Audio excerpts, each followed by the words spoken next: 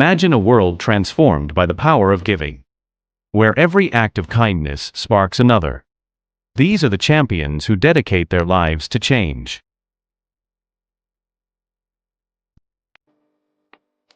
Together, they are paying it forward. Champions of change. Paying it forward. Join us and be part of the movement. Here on the Achievement Channel.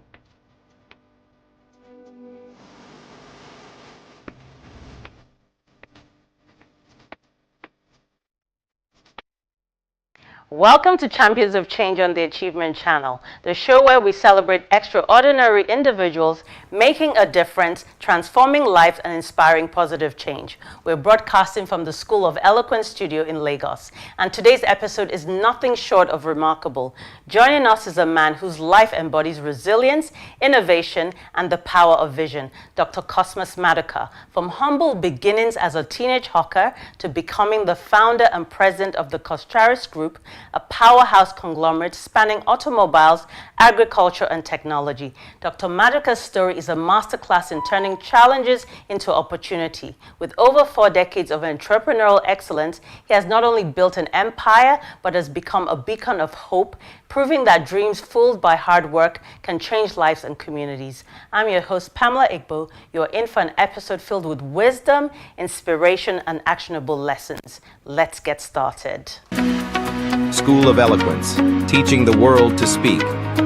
Welcome, Dr. Cosmas to Champions of Change. It's so good to have you here. Thank you, Pamela. It's my pleasure to be here on your show. Thank you.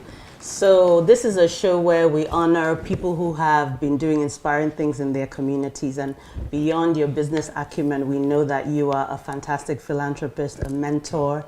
And so I wanted to ask you about your philanthropy and what you think of, corporate social responsibility and how you use that to lead your group in Coscharis. Okay, well, thank you, Pamela. Again, it's my pleasure to be on your show this time. Corporate social responsibility is at the heart of our company, because if you get to know Coscharis and what we stood for, the inspiration was to create an institution that will be timeless in its relevancy and value. So it's not about me, it's not about whosoever, but it's about building something that outlasts the founders. How then are we going to do that? We came up with a mission to say Coscharis will deliver excellent product and services, giving our customers the highest value for their money, and will contribute to societal development by plowing resources back into the immediate community, growing stronger and waxing bigger into the future, and create a sense of pride in its employees. So, in the ecosystem, corporate responsibility is captured in what we set out to do. We never even said where we are going to be without it being part of the foundation of our organization. And that shows you how important it is. So it's at the very heart of our organization to plow back resources into the immediate community and society. And I love it because I know that you lead by example. So that's an excellent thing. So in terms of, I know that Coscharis has expanded in terms of the different things that you offer. And one of the things that you did a few years ago is to get into Coscharis Farms in Anambra. And I know that your initiative there is to create about 3,000 jobs for people in Anambra. Can you tell us a little bit of how that has been going and what transformation you have seen in Anambra State, in that community, because of that? Okay, it's important that people understand that Coscharis, in all our business lifetime that is close to 5 decades today, we are not one of those rice importers. Right. We never did. So, but Coscharis Farm was also not an accident. It's all about vision and plan. Because where we are today, the property that we acquire, that we are doing the business of farming in Anako, in Anambra State, started over 30 years ago. Wow. My daughter would turn 33 this year, but that was when my wife went to give birth to her, that we signed the agreement. Was a different piece of property that we were acquiring. Omeka Omerowa was the governor of Anambra State then, the military administrator who signed the certificate of occupancy. So it was something we had always planned that we are going to do.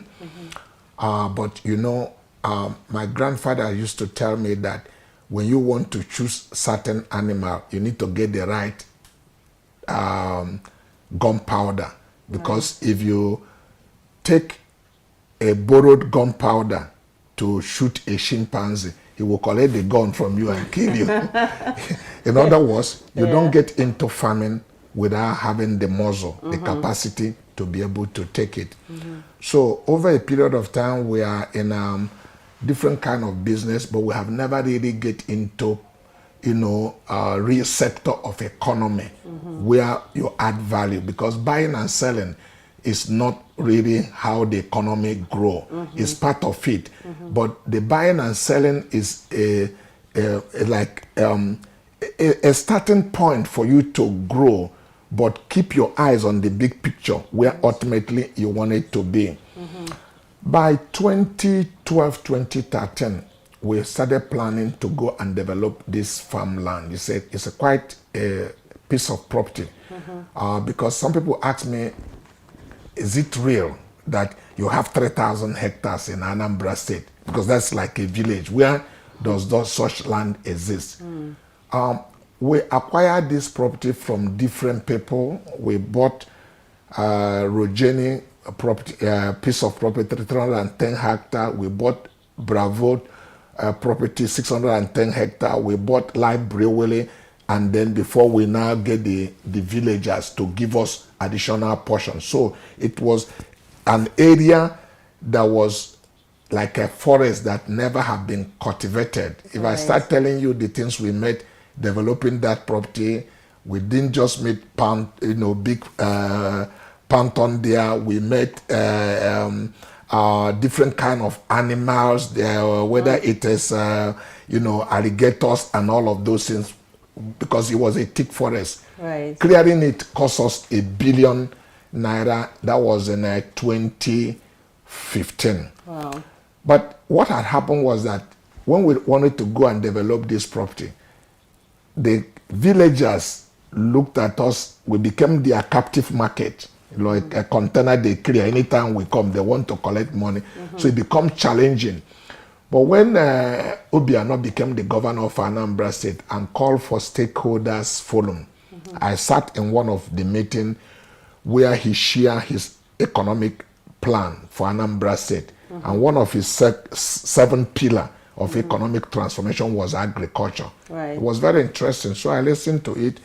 And at the end of the meeting, I asked him, can we have a private sector, meeting, which he consented to. I said, look, I have this piece of property that actually located in your village, but unfortunately, each time we want to develop that piece of property, it was like we are a container that have landed, and this is becoming very irritating. He said, when are you ready to start? I said, tomorrow. He called his commissioner of agriculture, set up a committee, and said, please go talk to my people and tell them that they will be the people that is stopping him, because all he's looking for is to attract an investment in Anambra State. So that's where government is important, because they are catalysts to provide the enabling environment. That's right. So they had to do the community meeting and get the people to say, please, hands off. So we moved into the land, started the land clearing in 2015, because rice is a grain that grows on a mud. And for such large kind of property, for us to really do anything meaningful, we have to clear every wood, every stick. It has to be a bare field completely, because the window of replanting is very short. We actually have 4 excavators to be able to do this within 3 months to be able to replant. But we started the first time on rainy season farming, which is not, you are not in control. You are only subjected to the mother nature, whatever it provides to you. Whether what we did, part of that 2015, 2016. But by 2017, we made huge investment to take water from Iju River to about over 9 kilometers from the place to do major canal to bring water, and then started doing the secondary canals that had to put water into each of the farm. Like I said, rice is a grain that grow on a mud. Right. So it need water. Water is part of its life. So you do a much more controlled farming in a dry season, because you give the farm water when you need it, and be able to put all the inputs that will help it become successful. Rice also is a wheat that matured in 120 days. Every 4 months you can harvest. So if we plan very well, we can master three cycle, which other people in other countries are doing. But currently we are doing dry season that usually start from December, and we harvest in April, and plant again. And because we have had flood, right? Yes. 3 consecutive years that really wipe off the entire farm when the Cameroonians reduced their